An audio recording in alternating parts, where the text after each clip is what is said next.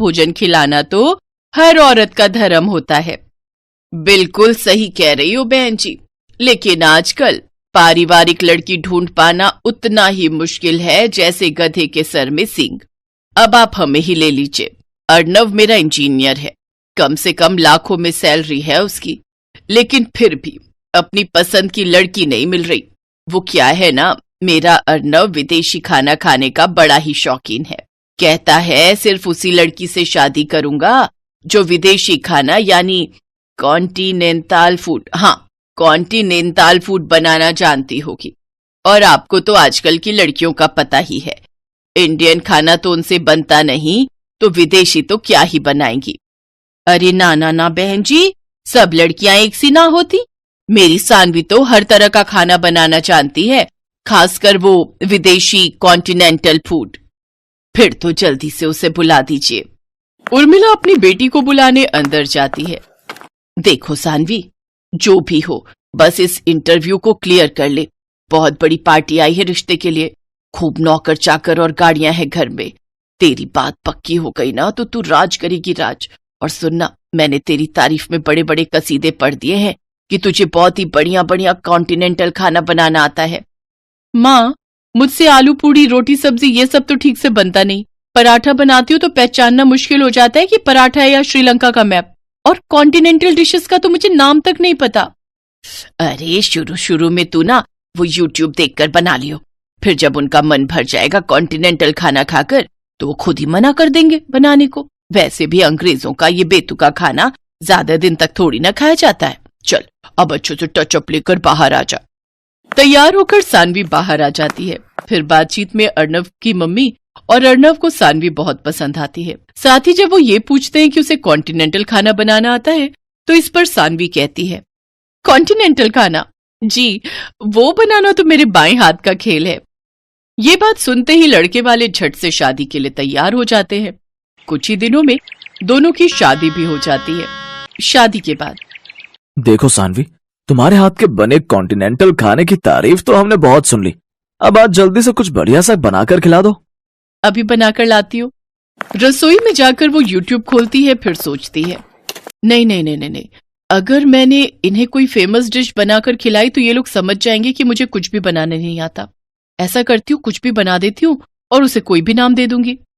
Saanvi fridge खोलती है, उसे उसमें तुरई दिखाई देती है। वो कच्ची तोरी में मसाले लगाकर अवन में ग्रिल होने के लिए रख देती है। कुछ देर बाद वो उसे बाहर निकालती है तो देखती है सारी तुरई करारी हो गई होती है। हे भगवान, ये तो कुछ ज्यादा ही करारी हो गई है। हाँ, एक काम करती हूँ, मेयोनीज और टमाटो केचप दोनों को मिक्स करके इसके ऊपर लगा देती हूँ। फिर सानवी पूरे कॉन्फिडेंस के साथ वो परोसती है और खुद किसी बहाने से रसोई में चली जाती है। वो डिश देखकर अर्णव अपनी माँ से कहता है, छी माँ, ये कौन सी सब्जी की डेड बॉडी है, काली पीली सी। छी माँ, मुझे तो देखते ही उल्टी आ रही है। ऐसा ना हो मुझे उल्टी हो जाए। चुप कर तू, पता भी है मैंने कितने कसीदे पढ़े हैं तेरी तारीफों के। तू मॉडर्न है, तुझे विदेशी कॉन्टिनेंटल खाना पसंद है। अब कहीं बहू को पता चलेगा ना तू ऐसा है तो कहेगी किन गवार लोगों से पाला पड़ गया है।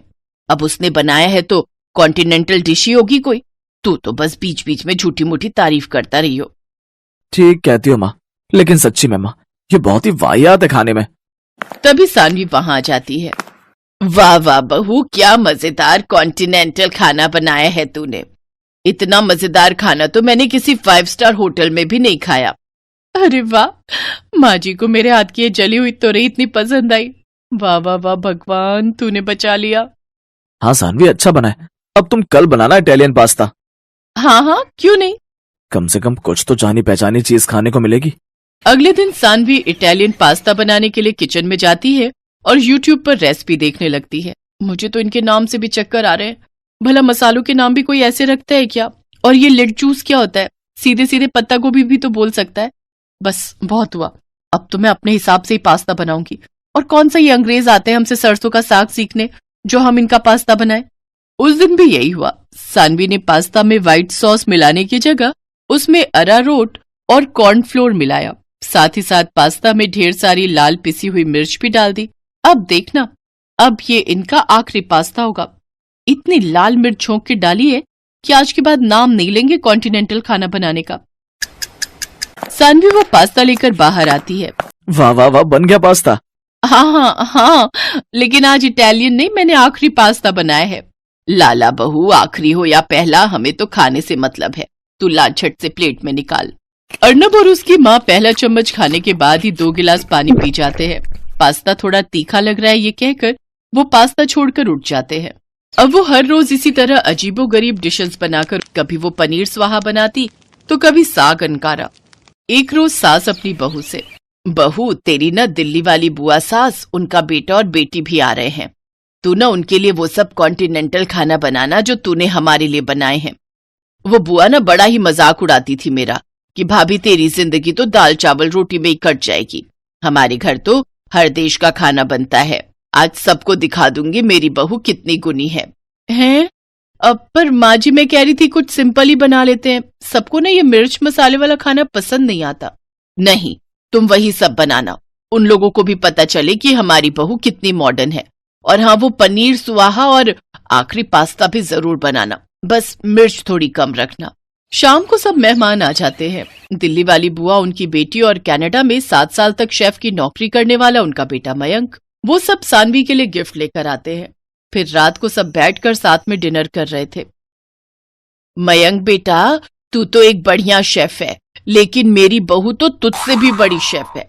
उसके हाथ का पनीर सुहाहा और आखिरी पास्ता तू खाएगा ना तो उसका स्वाद तो तू भूलेगा ही नहीं। फिर मयंक एक एक करके वो डिशेस चखने लगा तो उसका दिमाग घूमने लगा और वो गुस्से में कहता है, जी अब बस भी करो, कॉन्टिनेंटल के नाम पर ये क्या खिला रहे हो आप?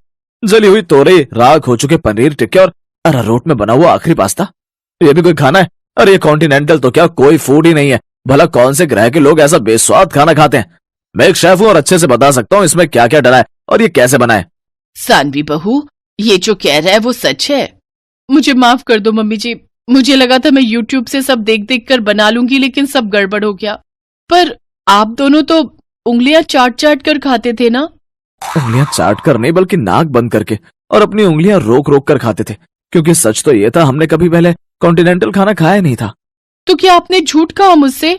हाँ बेटा, जैसे शादी करने के लिए तेरी माँ ने झूठ के पहाड़ बनाए ना, वैसे ही मैंने भी बनाए। हाँ, और आप दोनों के इस झूठ में आखिरी पास्ता हम दोनों का बन गया। ये बात सुनकर सभी जोर जोर से हंसने लगते हैं।